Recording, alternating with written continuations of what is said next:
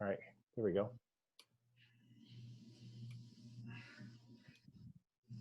All right, so this is the land that we're talking about. So this is a modern map of the world. And so we're going to be talking about the area within a circle that goes from Egypt, this part of Egypt by the Sinai Peninsula, um, up through Syria and around through modern day Iraq. So Fertile Crescent area, that's what we're talking about. Um, let me show you two other maps that will be helpful. Here is the journey of Abraham. So the part of the story that we didn't have is Abraham starts his journey out in Ur, which is here.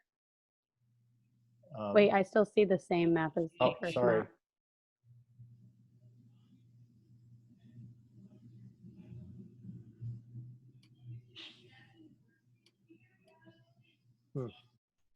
Let's stop sharing and we'll go back. We'll share it again. See it now? Different one? Mm-hmm. Okay. So this is the area that we're talking about. So if you think of the other map, this is modern day Iraq. So Babylonian Empire, not yet. During Abraham's time, you're talking about Assyria and a lot of those lands. So the Tigris and the Euphrates. So he starts down here, leaves from there and goes to Haran or Haran, which is where our story starts, and then goes down along into Syria, modern day Syria, down by Damascus. These are all cities that are named. Then actually enters through a gate, which unfortunately we won't get to see, but it's still there. They think the gate that he passed through, he and Sarah passed through, is a gate they recently found, I think in the 70s. And then he came down into what is modern day Israel, Palestine and Israel, and went to Egypt, and then made his way back up into the Negev, which is right here. This is desert or wilderness, southernmost part of Israel. So that's his journey. So as we start talking about kind of your questions around that, that's where he was. And then one last map. This is, nope.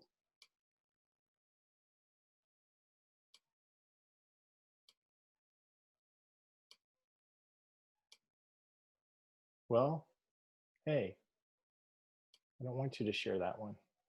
It keeps wanting to share the same one. Let's do that one.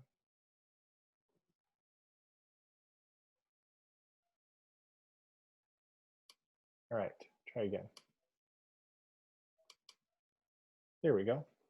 So this is Israel during the time of Abraham until the time of Moses. So it's called the land of Canaan. And I'll zoom in for you. So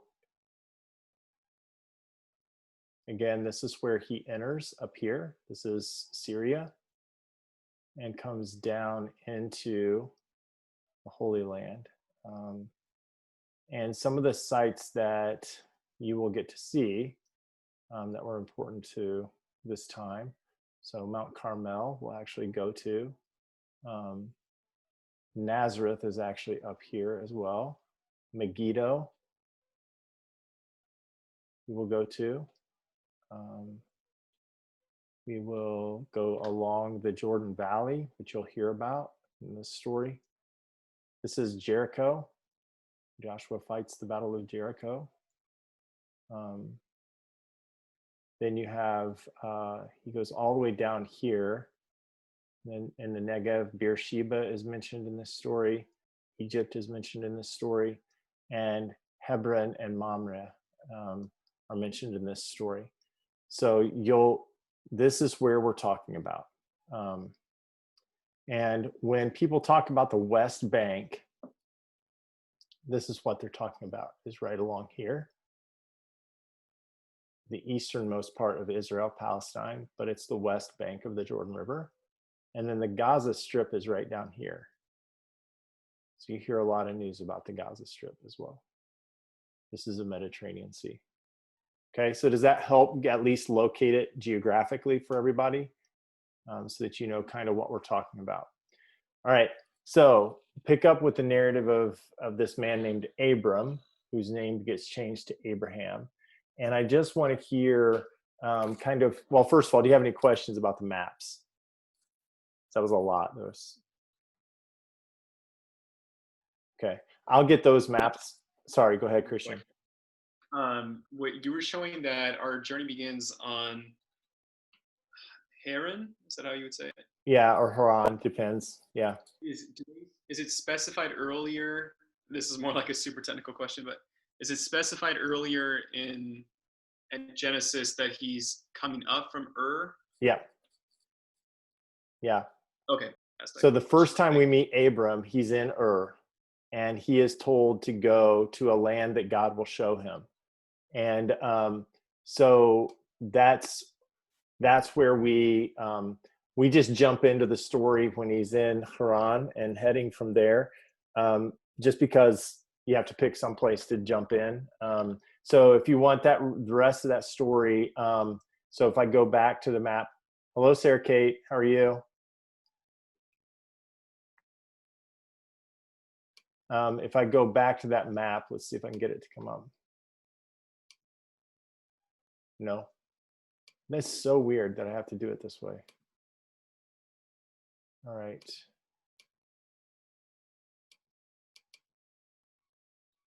Okay, let me try again.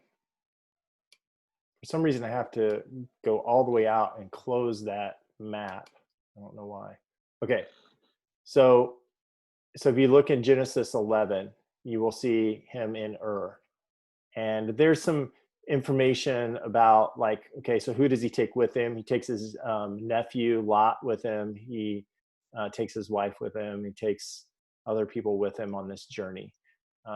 So an interesting thing is this is a dude that's not from that area. So that's one of the things that you need to begin to understand. There are people that live there already. The Canaanites dwell in the land between the Jordan and the Mediterranean during this time period. They're actually probably the group of people who named them the Hebrews.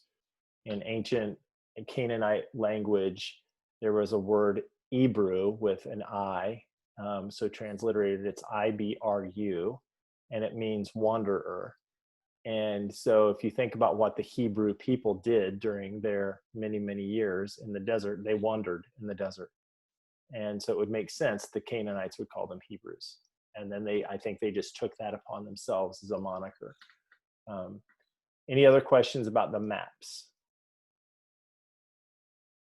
Right now, for some reason, I have Dora the Explorer in my head. Same map, same map.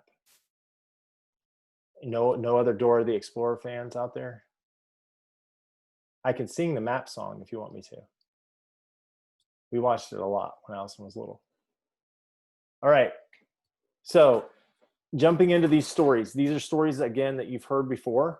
And so the hardest part for us in narrative work, and especially when we're looking at a text or a story that we've heard before, is to suspend the stuff that you come into the story with because it's familiar. One of the default ways that we listen to story is we make assumptions as to where the story is going. And that's especially true if any part of the story seems familiar to us. And that means that we're going to make assumptions based upon our past readings, if it's something that's written, or we're going to make assumptions based on where we meet the story. So if I'm hearing someone tell me a story about their own life, and somehow something within me is stirred up and it reminds me of something in my own life, I will automatically go the path that my story went, instead of allowing your story to develop the way that it's going to develop. and it gets in the way of us actually hearing the story. So we start making assumptions along the way. It's really hard when it's equally hard when we read something like a text from Genesis that we've heard sermons on, that we've potentially heard sermons on, that we've read before, or that we heard Bible stories from when we were a kid. So just work really hard at trying to suspend some of that. So before we jump into the text any further, I want to ask you all if you have any questions about the text as you read. I know you probably did, but I would like to hear those.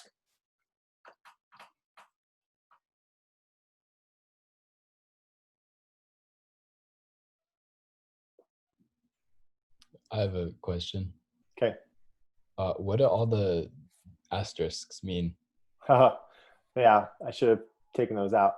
So the asterisks are textual notes from the Bible that I pulled this stuff from. A really good biblical resource online is a website called Oremus, Oremus. It's the New Revised Standard Version, and it's searchable. You can search it by words and phrases, or you can search it by actual text itself. And one of the reasons why it's really good is it has a ton of footnotes in it. And if you forget to turn the footnotes off before you copy the text, the asterisks stay. So that's what happened, is I forgot to turn the footnotes off when I copied and pasted it. So it's also copyable and pastable, which is also really great. Has footnotes, it has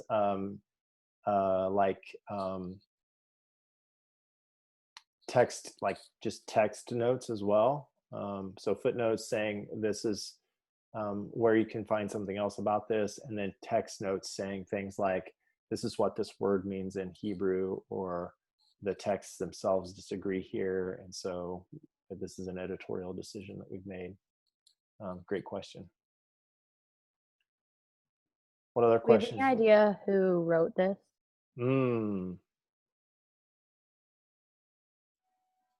It's a great question.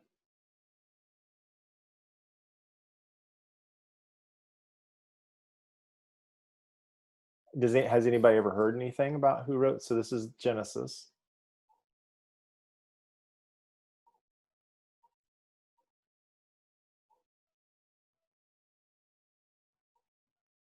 The first tradition says it's Moses that writes Genesis. It's likely not Moses who writes Genesis. These texts, and we're going to see this in the text from today. These texts actually likely have many authors, and then they were compiled. These texts, what do I mean by these texts? So especially Genesis and Exodus have different authors potentially. It's more visible in some places than others. You can also see it in books like First Kings, Second Kings, First and Second Samuel. You see two strands kind of flowing through them together. So you have a priestly strand, and then you have a strand that is more focused on kings and rulers. And so when we meet David for the first time, and this is in Kings, you can really see the difference between the ways that these two strands portray David and some of the other kings. And it's important that those voices are both in there, because you get to see a different understanding of the story. Where we meet it here is Abraham's name is changed, or Abram's name is changed to Abraham. Abram means father. Abraham means father of multitudes. Sarai means princess. Sarah is also princess, but it is more of a like a queen a royalty version of it. So the first one is just, that's just what the word means. The second one is like, it's a title. Does that make sense? So they both have their name changed to a more elevated name. So we first hear Abram's or not first hear the promise, but promise of a child, and his name is changed. And Abraham laughs about the prospect, and the visitor tells Abraham to name the child Isaac, which means laughter. Well, then just a little bit later, we hear these three visitors come and visit Abraham and Sarah. They're in a tent. The three visitors tell Abraham that Sarah is going to give birth, and Sarah laughs. And so they name the child Isaac because it means laughter. Which one of them laughed? Was it Abraham or was it Sarah? Does it matter? Are they telling the same story and they're telling it from two different perspectives? Probably. That's only a problem if you demand that the text be without error, meaning like you want it to be literal. It's not a problem if you allow the text room to breathe and say this is a revelation, a God speaking to humanity through story, through narrative, through human interaction. Then it becomes less of a problem that there are two different looks at this story. So that's a long answer to your question, that it's not as clean as we would like it. And our first clue to that is at the very beginning. The two creation accounts come from two different eras within the history of Israel. The first one likely comes from the Babylonian exile. So it's not even, it's written much later than Moses, much later. It's written during the time of the prophets, which would be the 8th to the 6th century BCE. So it's a book that is a collection of these stories. Think about them kind of as they're telling the story about how they came to be as a people. And so you start putting these narratives together and making them make sense as a whole. So originally they would have been oral stories, so they wouldn't have been linked kind of as they are when they were first written down. Then they become these linked stories that are written sequentially, so people can follow it as a longer arc.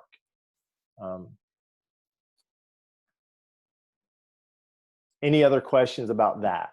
There are people that would disagree with that out there, so there's a different perspective. But this is the perspective from which we are operating. So you need to know the bias that we're coming in with. Could you just help make the distinction? So it was in Genesis 15, 18 through 21. God's referring to this really large sum of land that's beyond just Canaan. It's like the river of Egypt to the great river of the Euphrates, and then Kenites and so forth. And later on, he specifies the promise of giving the land of Canaan to him. Is that, it just seems like there's a distinct difference between how big those different lands are. Yeah, because the first time you're referring to, he talks about the Hittites and the Jebusites and the Perizzites and all those people that live in the land. Is that the first one? Yeah, it's on page 12 of the pamphlets. That on that day the Lord made a covenant with Abram, saying, to your descendants I give this land from the river of Egypt. So that first bit. Yep. And then on the next page, in Genesis 17, he says, right at the end of the first paragraph on page 13, I will give to you and to your offspring after you the land where you are now an alien, all the land of Canaan for a perpetual holding. So I noticed that those seem to be two distinctly different areas of land. So I was just curious why that difference is there. It's a great question. And honestly, I'm not sure I have a really good answer to that. Outside of narrative difference, and it obviously is a huge difference in land. So would the map be helpful again to pull up or not? Or is it going to confuse things? Let's do this one. Right.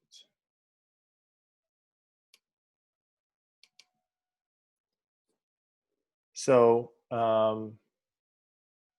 story 1 or version 1 talks about the Euphrates, which is here, right? All the way down to the river of Egypt, which we assume is this. Canaan is this. Huge difference. So somebody else want to try to make sense of it? The difference. So if you have your packet, it's page 12, the end of 15. So it'd be Genesis 15, 18 through 21 section, and then the top of page 13. Can chime in a little bit of what, because I sort of a follow-up question to this. To me, it seems as though it's starting to play with that sort of the dichotomy between Ishmael and Isaac, and sort of setting the stage of sorts in terms of who will reign, I guess, each type of land. So making that distinction between, he's still blessing both of these sons, but yet making a distinction between where they will be. And I guess the follow-up question I had to that was, I can find what I wrote down. So he says he's referring to like the multitude of nations he'll make out of Abraham. The question I would have to that would be, when he says like a multitude of nations, is that like strictly like a Jewish nation, or is that just a nation of mankind? Because it seems as though like then as history goes on, that the land of Canaan ultimately becoming Israel, it's a very Judaic sort of culture as opposed to the different countries that surround the country of Israel at that time. So I'm just curious, when he says that, does that mean like a strictly Judaic, or is it mostly just like an Abrahamic sort of? Yeah. One of the really funny quotes that I've heard recently, funny for somebody that's a biblical geek like me, it was, Moses didn't know that he was Jewish, or not Moses, Noah didn't know he was Jewish. And Abraham didn't know he was Jewish either. Like, it wasn't a thing yet, right? So we're looking at pre-Jewish history here. So I will make you the father of many nations. So you can look at it as the nations within Israel, if you want to keep it just really tight. So that would be like the 12 tribes. It would be Judah and Israel after the kingdom split. So you could look at it that way. Or you could do what you've done, which I think is a really wise thing, which is begin to look at it in a much broader scope. So what then are the nations that grow out of this person? And does this begin to attempt to explain a link between the nations, right? Our father Abraham. So Abraham becomes the father of, if in a practical sense, if you just look at the people of the book, which would be the three large religions of, well, two of the three are really large. One's really influential, but not really large. So Christianity, Islam, and Judaism. Judaism is not a really large world religion. It's a very small percentage of the world's population, but gives birth to three important, powerful religions in the history of the world. So, and more, actually, because there are other Abrahamic faiths that aren't included in those three big ones. So you could look at it that way too. Ishmael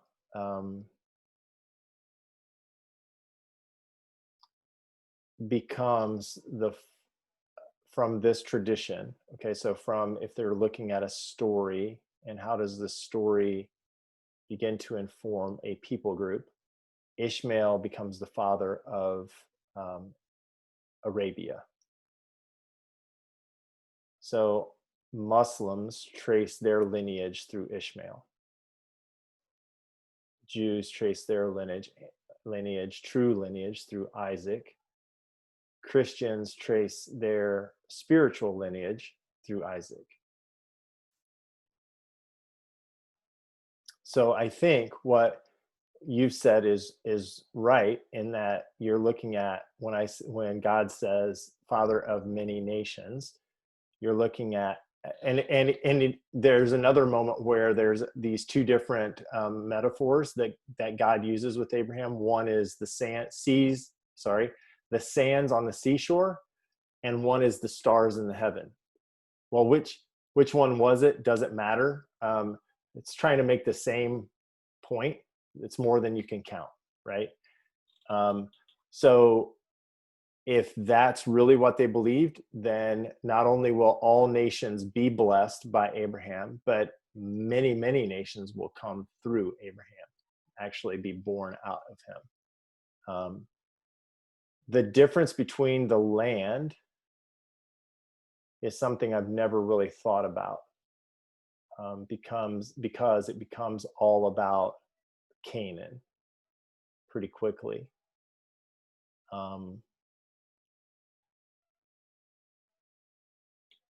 Because some of the land is north of Canaan and some of the land is south of Canaan. I liked what you said about the blessings of Isaac and Ishmael, except for Ishmael was sent toward the Jordan, and Ishmael was sent south towards the Negev, the desert, and Abraham went north, or Isaac went north. And there was already a split because Lot went east. This is crazy. Lot went towards the Jordan, and so uncle and nephew were having some problems with their herdsmen. That's in there too. And Lot and his herdsmen were sent to the east, and Abram and his people went north and west. So you've got all these, like, already in the story, all these divisions happening. We lose track with Lot. We'll meet him again later in the narrative, but in this narrative, we lose track of him. It didn't really answer your question. I think it's a question that's going to just remain, because I don't really know what the difference would be. I'd have to look that one up. That's an interesting question. Yeah, I think for me personally, what that opens up is if we have a common ground found in the person of Abraham, that provides a ground for then perhaps bridging the gap, you might call it, this conflict that we're going to try to engage with. I think this provides some place of common ground to start from. That's just something that comes to mind when I read that. I do not know that he will say it this time, but Dr. Abu Sway, which is somebody that we hope to have speak to you all, he lives in Palestine. He lives in Eastern Jerusalem, I believe. He, under his breath, so he was sitting next to me when he was sitting close enough to me that I heard his under the breath. He wasn't next to me, but when he was making his presentation to the group and answering questions from the group last time, he said, when Abraham went to sacrifice his son, and then under his breath, he said, now we could talk about which son that was. But then he went on to continue to answer the question. And immediately my brain was like, I want to have that conversation, because for Muslims, they believe the son that was offered as sacrifice was Ishmael, not Isaac. So because that's where their narrative is. So yeah, it all centers on this dude, Abraham. It completely centers on him, and centers on him kind of randomly. So why is this dude picked from to come from all the way up north, drop over the Sea of Galilee, and drops down into this land that he's never been to before, but only passes through it because there's a famine, and goes to Egypt? Like, that is a really convoluted story. And the history of Israel goes through Egypt 1,000 times. That's an exaggeration, but it goes through it a lot. You see it again in the story of Joseph. You see it again in the story of Moses. I mean, you see it again actually in the Christian tradition in the story of Jesus. So Jesus, when he's a baby, is after the wise men come and visit Jesus, so he's probably 2-ish, something like that. Joseph is warned in a dream to not go back to his hometown, but to go to Egypt because Herod is looking to kill him. So they go to Egypt again. So this entire narrative always goes through Egypt and comes back out. 2 different times it's because of famine, and 2 different times it's because of persecution. They come out of Egypt. They go out of Egypt because of persecution. They go into Egypt because of persecution. It's a complex story. You will hear that phrase a bunch during this time together. What other questions do you have? Christian, I promise I'll look a little bit more into that. Try to figure out what people have to say about that. I know I've seen it in a lot of other stories, and I should probably know the answer to this, but what is the purpose of the name changing, aside, because Abraham really just changed from like father to father of many. So aside from just like, I don't know, being more specific, like that's not something that we do anymore. So the other part of my question is maybe like, why don't we do that anymore? Yeah. Or are there places where they still do this? If you converted to Islam, you would change your name. And your name would be something that would actually say something when you said it out loud. The 2 most famous ones that most people in America are familiar with are Cassius Clay, who becomes Muhammad Ali, and Lou Alcindor, who becomes Kareem Abdul-Jabbar. And you also have Malcolm X, who changes his name, but he changes it in a little different way because he's originally with, he changes his name twice. He changes his name to Malcolm X, and then he changes his name again when he has a conversion experience toward the end of his life when he goes to Mecca. So it's always to signify a really important moment, so that the people that knew you knew something happened to you, because now you are asking them to call you by a different name. We have several examples of it through the narrative in Scripture. Abraham is the first, but he's not the last. Jacob becomes Israel. They rename places all the time. You see it in this text a couple times where I think Hagar renames a city after she goes there and she sees God, and it's she renames it after a well that's there. So it happens a lot in the narrative. Jacob renames little areas after his encounters with God. And often they rename a specific section of the city, like the well or an altar that they put up, and then the city becomes that name again. So it's always to signify that kind of a change. The most famous one that we have in Christian tradition is Peter.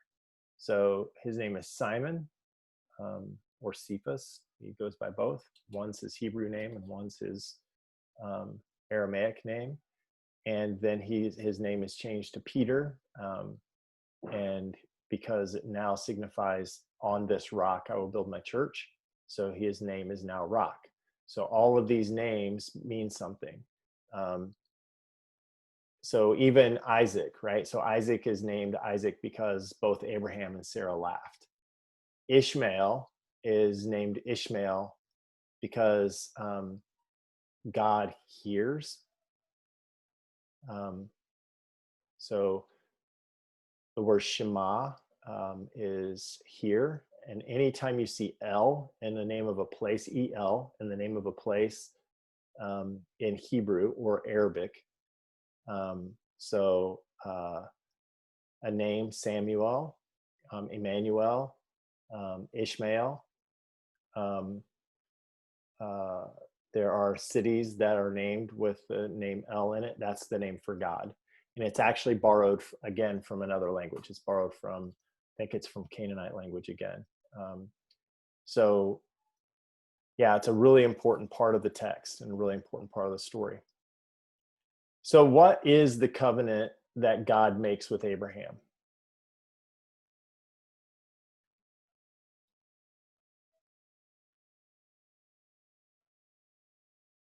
It's not really a trick question. So don't be bashful if you think you know, but you're like, he's gonna trick me. I'm not gonna try to trick you. It's just a really important thing for us to name as a part of this journey, because it kind of sets up everything. To give him offspring and to give a lot of land to that offspring. Yeah. And then the sign of the covenant is what? That sets Jews apart from the rest of the world for a lot of the history of that period, that area of the world. Only the men.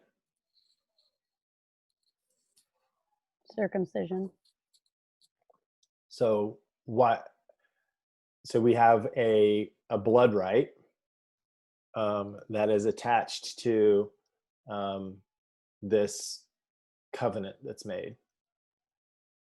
The covenant does not have anything to do, so I need you to hear this. The covenant does not have anything to do with as long as you follow these rules. That's never in there. That is imported in. That is not how the original covenant reads. The original covenant is, I will be your God and you will be my people. Period. I will give you this land and you will acknowledge me as God. And as a symbol of this covenant, you will have circumcision. So we have this people group who trace their lineage back to this man named Abraham. And as we've just heard, we actually have two people groups that trace their heritage back to this man named Abraham, who both have a covenantal claim to the land. The land was already occupied. The history of the area did not begin with the arrival of Abraham. So we already have potential problem. So what happens with the people that are in the land when a new people group come in, or when someone else says, this is now mine, especially if there's divine right?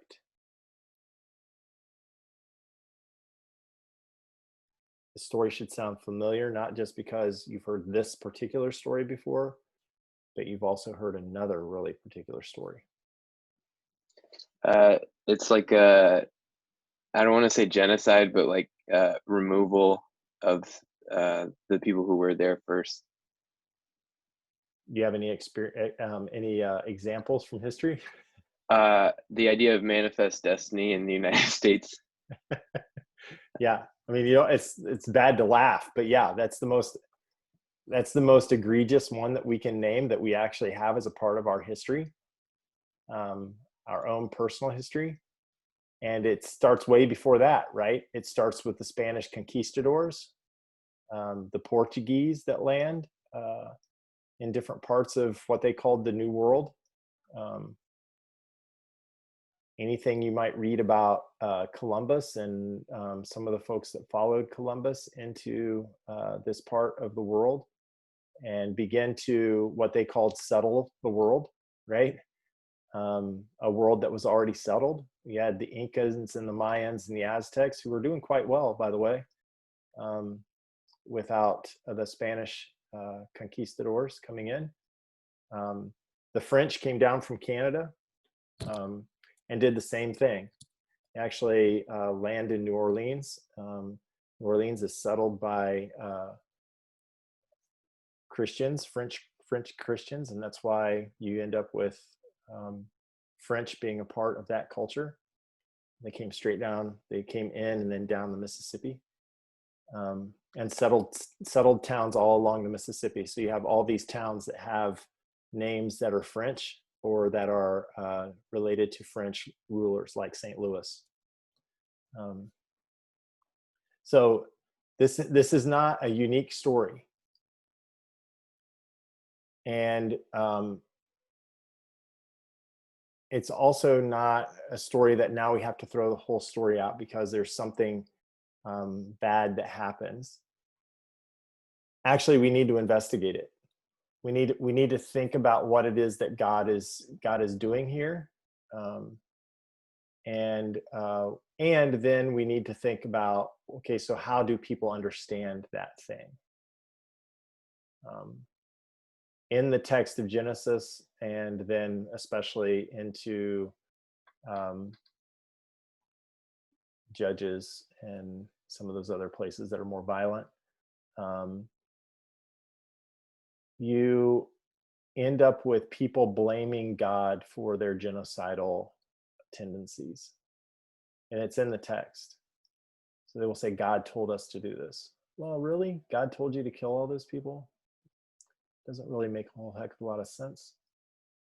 But do you see what's starting to happen already? So from the very beginning of this text, you can go to the Louvre Museum and you can see ruins from Canaan. They have them. And so it's not a place that was without culture. It's not a place that was like, oh, these were just people that lived in there, didn't really have any kind of organization. No, there were kings in Canaan. So we have this beginning of the waters starting to get stirred, starting to be troubled. And what I need you to hear is it's really easy for us to point fingers at Israel and Palestine and ask them why they can't get their stuff figured out, and forget that this is a story that has repeated itself throughout history. Divine right of kings, you hear that all the time. Divine right of kings. We had popes that led to crusades. Popes that made declarations that led to crusades during the 8th century all the way up through, I think the last one was maybe, 9th century all the way up through 12th century, or maybe, I think the last one was in the 1100s. So, I mean, that's not a unique story. So it's starting to ask these questions. What happens to Ishmael? What happens to Lot? Is this a story that's literal? Is this a story that's telling us something else? Is this a story that's telling us just how these people ended up in this land? Who are these people? If they're all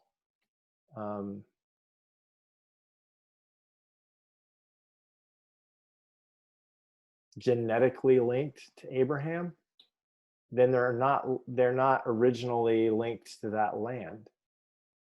They're from Ur. Are they all genetically linked to Abraham? It's a lot of questions there. Okay, what other, it's 8:05. What other questions do you all have?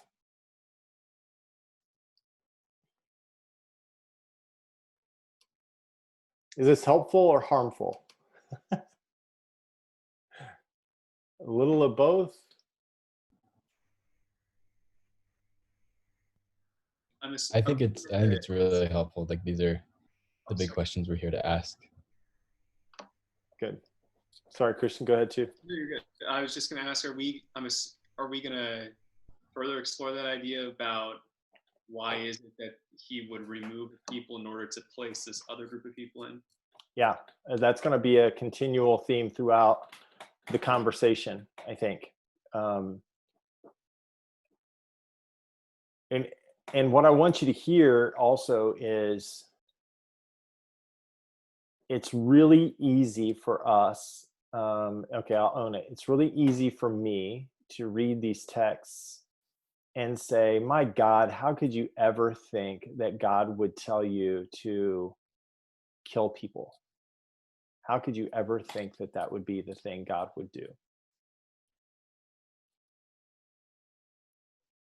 And then I have to examine some things.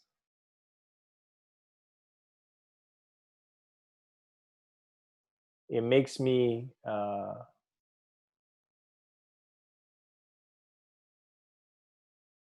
don't know how else to do this without feeling like it's political. So I will try hard not to offend anybody.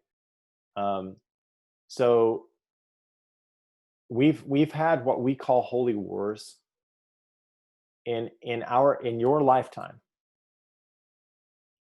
And the reason we've had a long war in Iraq or in Afghanistan, pick one, either one. Afghanistan's our longest conflict in the history of the United States. And it's still going on. Well, you could say, well, there's a lot going on there. Well, but one of the ways that was justified was because God is on our side. God is asking us to go in and help root out this evil.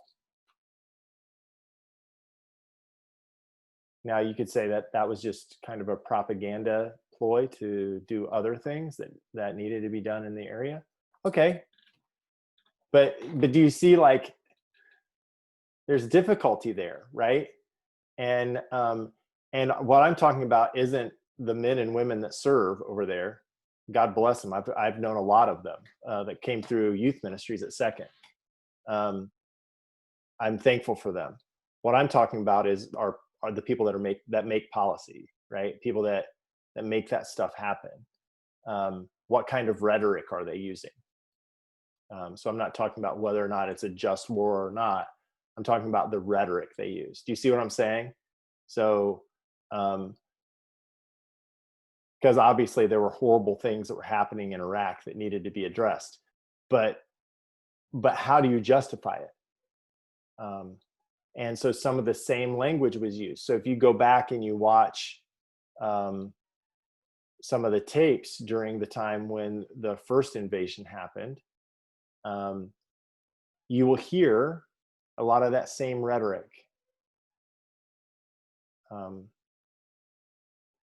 So I think that's some of the stuff that we have to, like, name and, like, okay, so how do we wrestle with that as individuals, and how do we wrestle with that together as a group of people? It's not easy. Does that make sense to everybody? Is everybody okay? I feel like that was like unloading a lot. Give me a thumbs up or a head nod if you're doing right. Okay. Does it make sense how they're kind of linked together?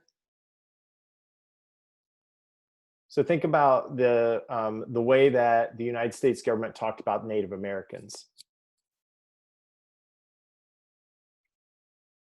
It's very similar, right? So so don't hate too much on what we're about to read, because what it actually is doing is it's starting to help us name some things that we actually need to name in our own personhood, and how do we wrestle with that.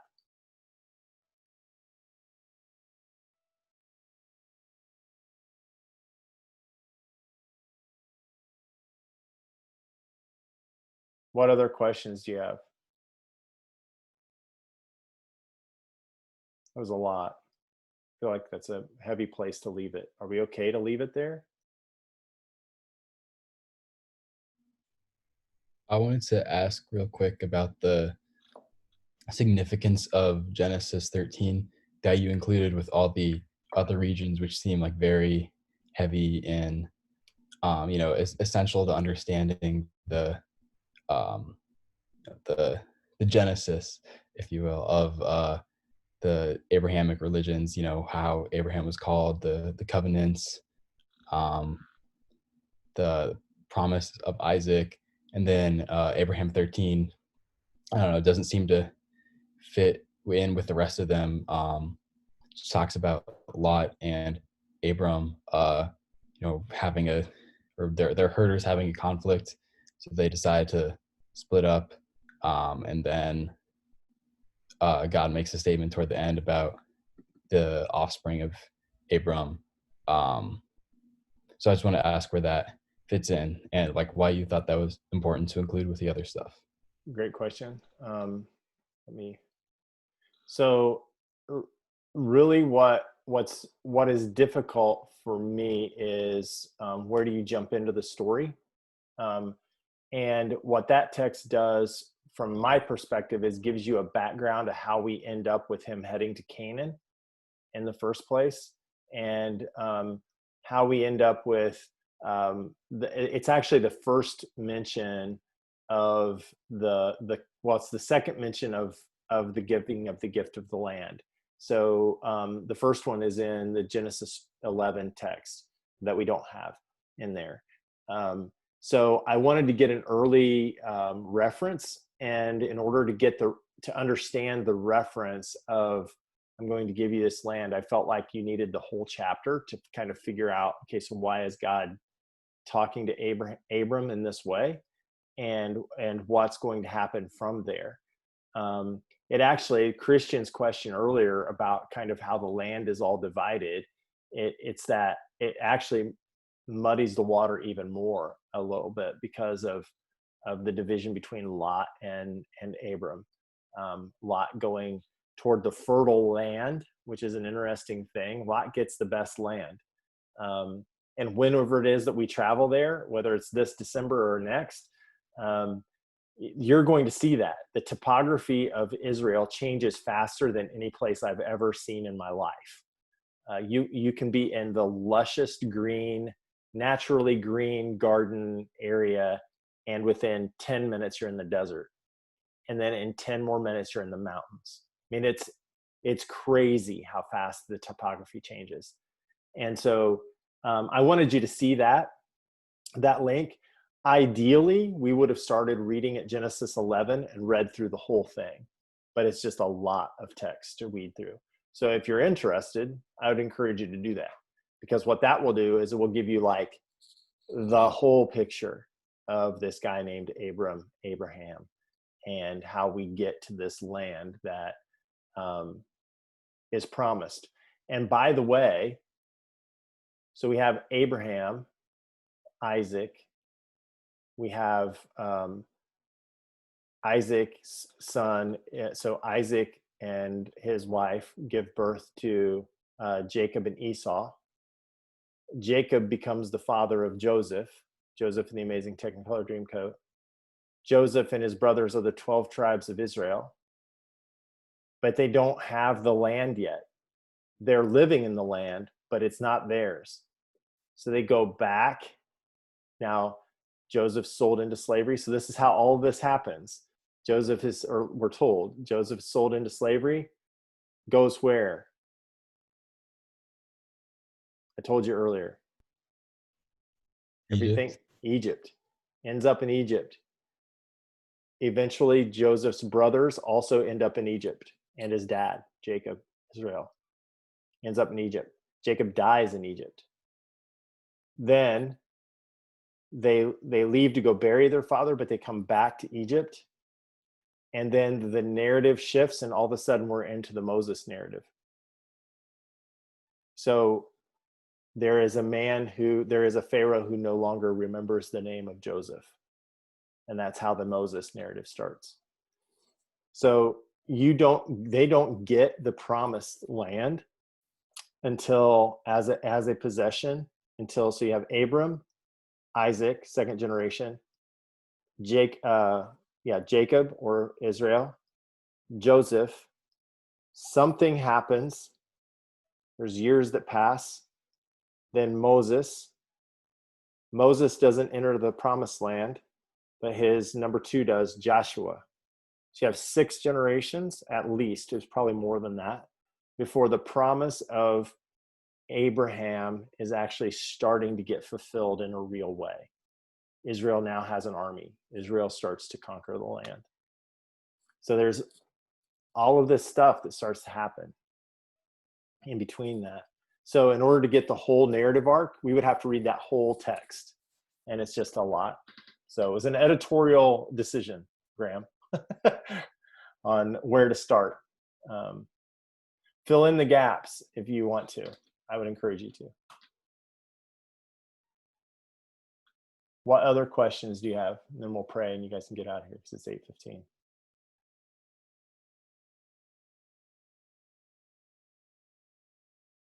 What lingering, and this isn't questions like, okay, so we're going to answer this now.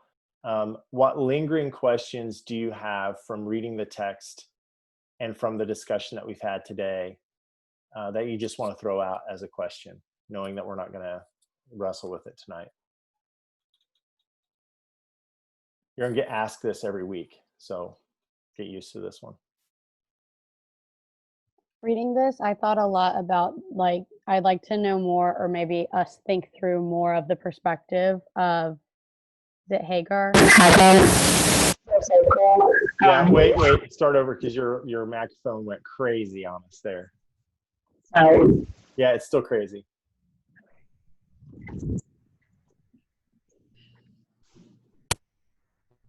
Try again.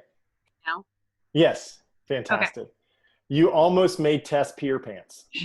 I'm so sorry. I just unmuted my thing and I thought it was me and I was like, what the hell did I do? I just saw out of the corner of my eye, I saw Tess go, but her face went out of the frame. Like she went way up high. Sorry, Tess. Okay. So do that again. Sorry, go ahead. I just want to know more, maybe have us think through more of the perspective of Hagar.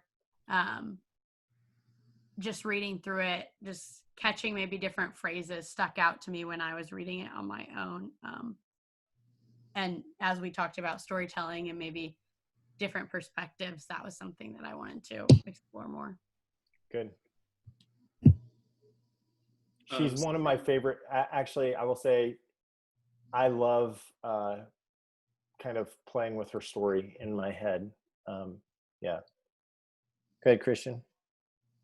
You mentioned a little bit, but what happens if you take the story literally as opposed to taking it from a perspective of maybe a mix of maybe some myth, legend, variety of different maybe literary styles, as opposed to just taking it, verbatim literally?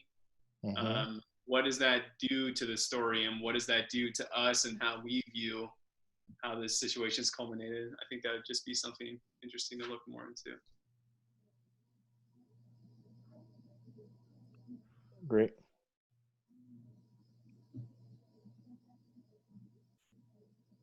What else? Tess, you said you unmuted yourself. Were you going to say something? Oh, no, I was just waiting for prayer requests. Okay. Coming soon. Okay. All right, so go ahead. Go ahead. I like the idea of thinking about the promise to Abraham of like multiple nations being the Abrahamic traditions.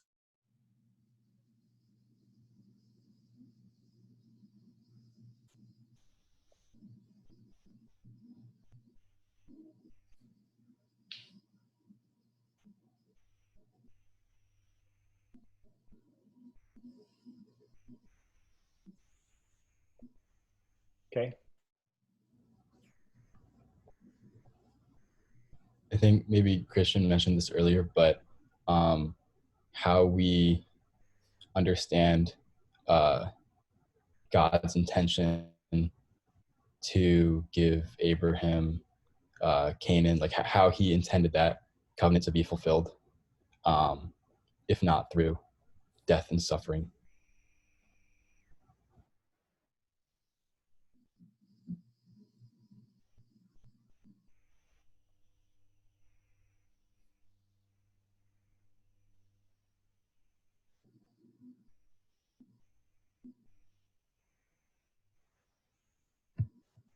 Okay, thank you. Sorry, I'm writing that down, so that's why it took me so long.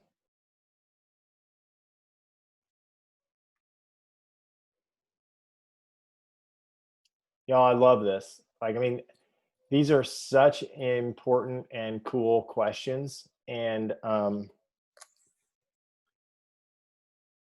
I think will help us as we investigate not only this story but other stories as well.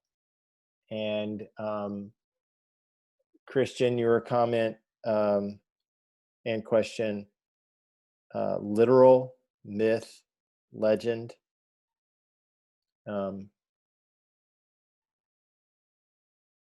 I want us to think through almost all the stories that we hear and ask the same question.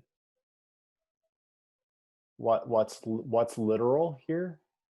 What's mythology here? What's legend here? So mythology and legend are they're similar things, but they're different.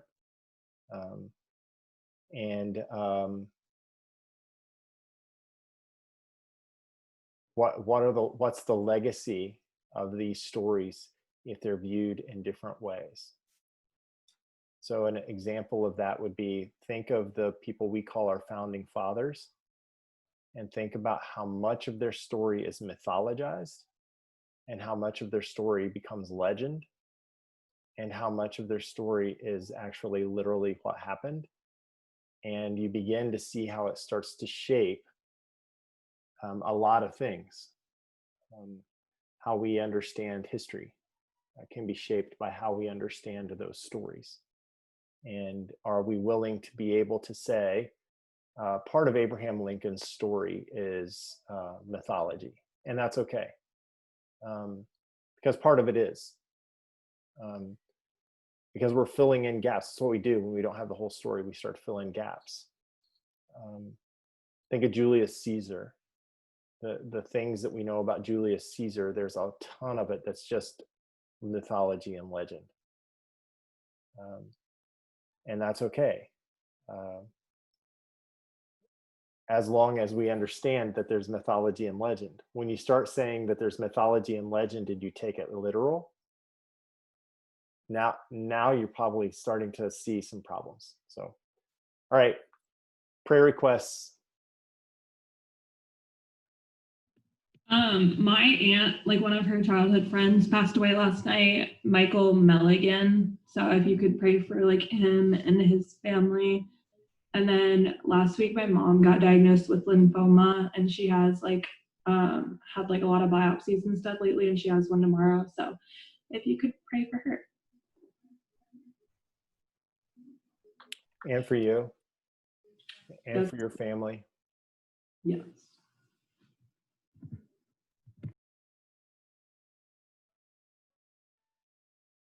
What other prayer requests do we have?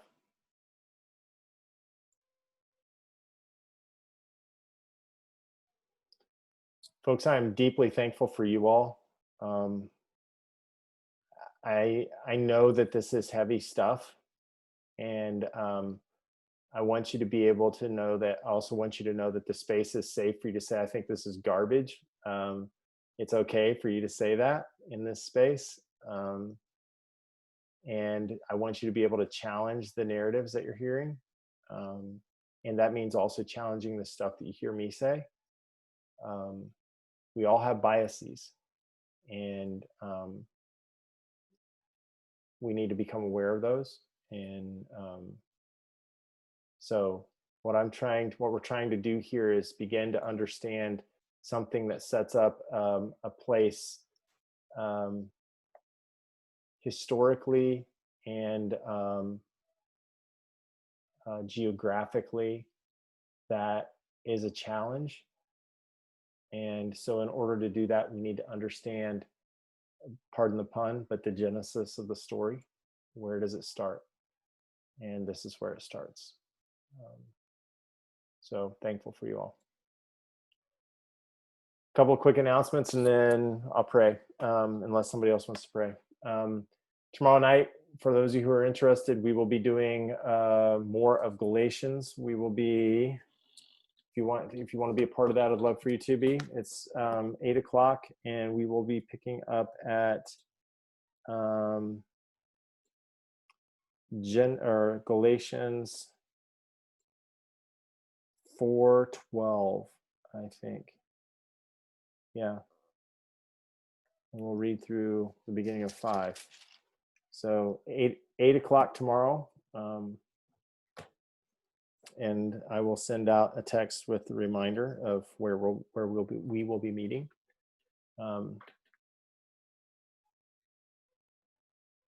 Give me one word of what kind of you're thinking right now. You can either say it or type it. I'll turn on the chat. One word.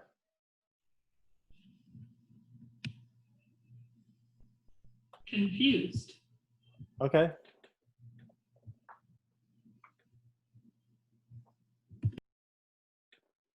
Is that okay, Tess, for you to be in place of confusion? Yeah, my head just hurts. I feel like we just like talked about a lot today, and like I don't like know that much about the Bible. Just like I don't know. I just don't. I don't. So it's a little like confusing, like putting everything together, I think, in my head. That's helpful. Tell me to slow down if we're going too fast. You're good. I'm learning. Okay. Somebody else, one word or a phrase. I would say considering, just like considering more about the narratives that we were talking about, not only like what we read, but other ways in which like similar narratives have unfolded and like how I've been taught about them. Okay, good.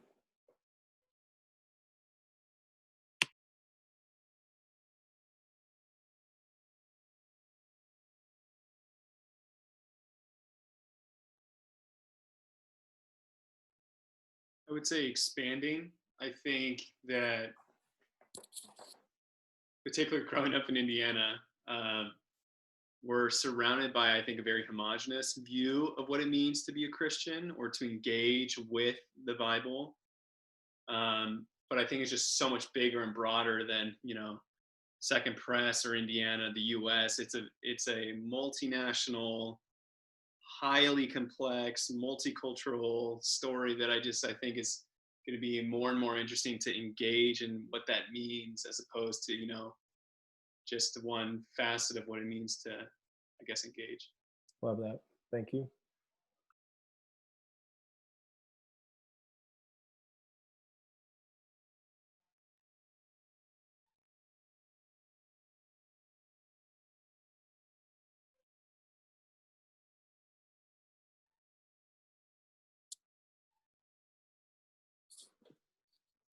Unfinished.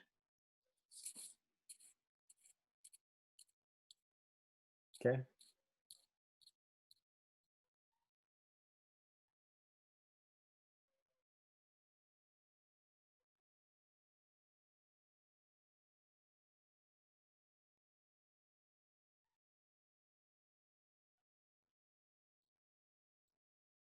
What else?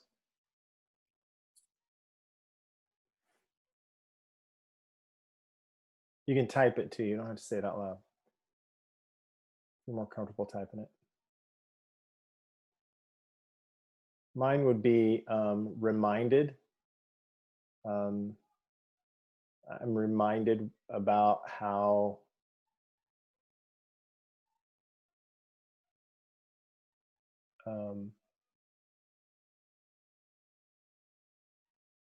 how complex the story is. Yeah.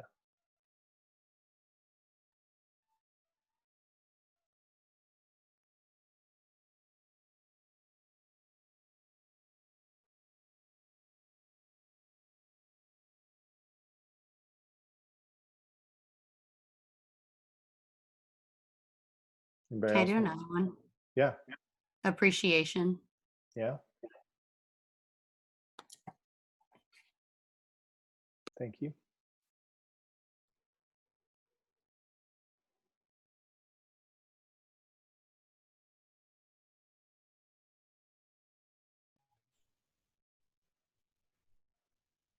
I think reflective. We're really getting into the nitty of stories we've all heard growing up, and now we're like actually examining, what does it mean? What do these stories mean? What do they tell us about God? Um, learning to analyze them for ourselves rather than just take other people's word for them. Good. Thank you. Yeah, I kind of agree with that. I'd say I feel kind of conflicted. Not that I like disagree with anything, but just because sometimes you're told like since Sunday school the same story and it's really like simplified. And then you learn more about it. And yeah, I don't know. It's just kind of like conflicting sometimes, but I think it's good. Thank you.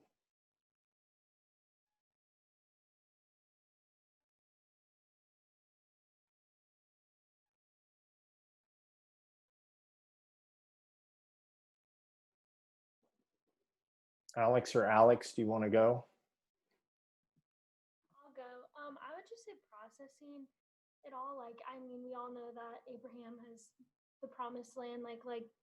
Graham and Anna were saying, it's all just kind of things that we've kind of known. But I've never really thought about maybe God promising the land to Abraham that was already occupied by other people. Like, maybe that's not a good thing, or maybe how do you wrestle with like how that's justified? And then like we were talking about all the other examples of that happening in history, and then it makes me think what is right? Is this okay? Like that kind of thing. I think it's just like opening up a whole like plethora of questions. Good. Thank you. Yeah, I think you guys pretty much covered it.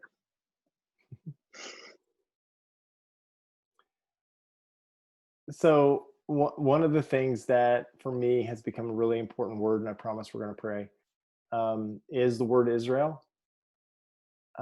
So this nation that becomes named Israel after this man whose name is changed to Israel is named. When you say the word Israel, you are actually saying in Hebrew, the one who struggles with God. And that should give us a clue that pretty early on in the narrative of faith that we have this man whose name is Israel, the one who struggles with God. That should tell us that that's what it's going to be like. And we're reading this story from the perspective of it being told chronologically, the way it's laid out. What I want you to start considering is, and I think this is a good place for us to end, what if the story is told by a people who already occupy the land and have already have in their history some of the well, how did we get here questions? Well, now you have to begin to, out of the oral traditions that you've got to begin to create a narrative that tells the rest of the story. It fills in the gaps.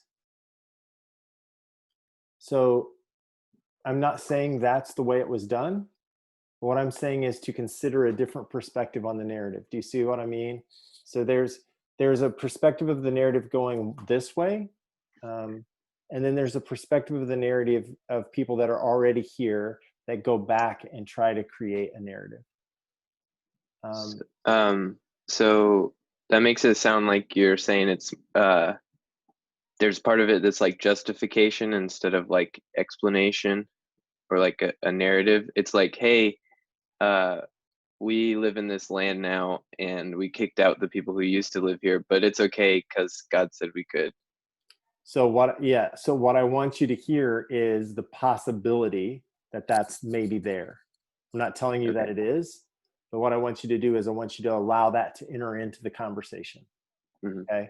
That's a part of the conversation that a lot of times we don't let enter in, but that's how history happens. We do it all the time.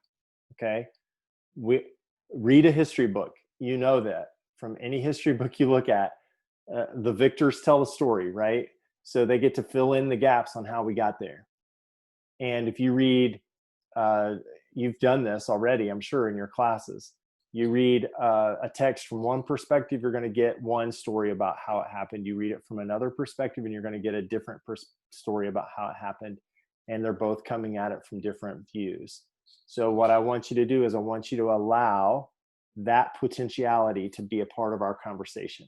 I think if we're going to be honest, which is what the other Alex said, if we're going to be honest, then we have to allow that possibility to be there. Okay, does that make sense? So let's just hold that tension that that's possible. All right, let's pray together so you guys can get out of here. By the way, love you all. I'm thankful for you. God, we just ask that you would help us as we continue to unfold our own story as it intersects with stories that are ancient. And what we claim, and meaning what we lean into, is that you are a God who is faithful and is present throughout everything. Sometimes we misunderstand you. Sometimes we misunderstand the story. Sometimes we don't do it well, and sometimes we get it just right. Help us to be gracious with ourselves as we do that investigation. We ask that you would be with Tessa's family as they journey into some uncertain territory. And we also ask that you would be with Tessa's aunt's friend and that family as well. Surround them with your presence and remind them of your love and your grace. We give you thanks for who it is that you are, and for what it is that you have done, and for what it is that you have yet to begin. Be with us as we depart from this space, this virtual space, and as we go into our day tomorrow. It's in your name we pray. Amen. Thankful for you all. Have an amazing evening, okay? I feel like I've just dropped like a whole ton of stuff on you, and now you're all going to be like wrestling with it all night long. I apologize for that. But it's a good place for us to be too.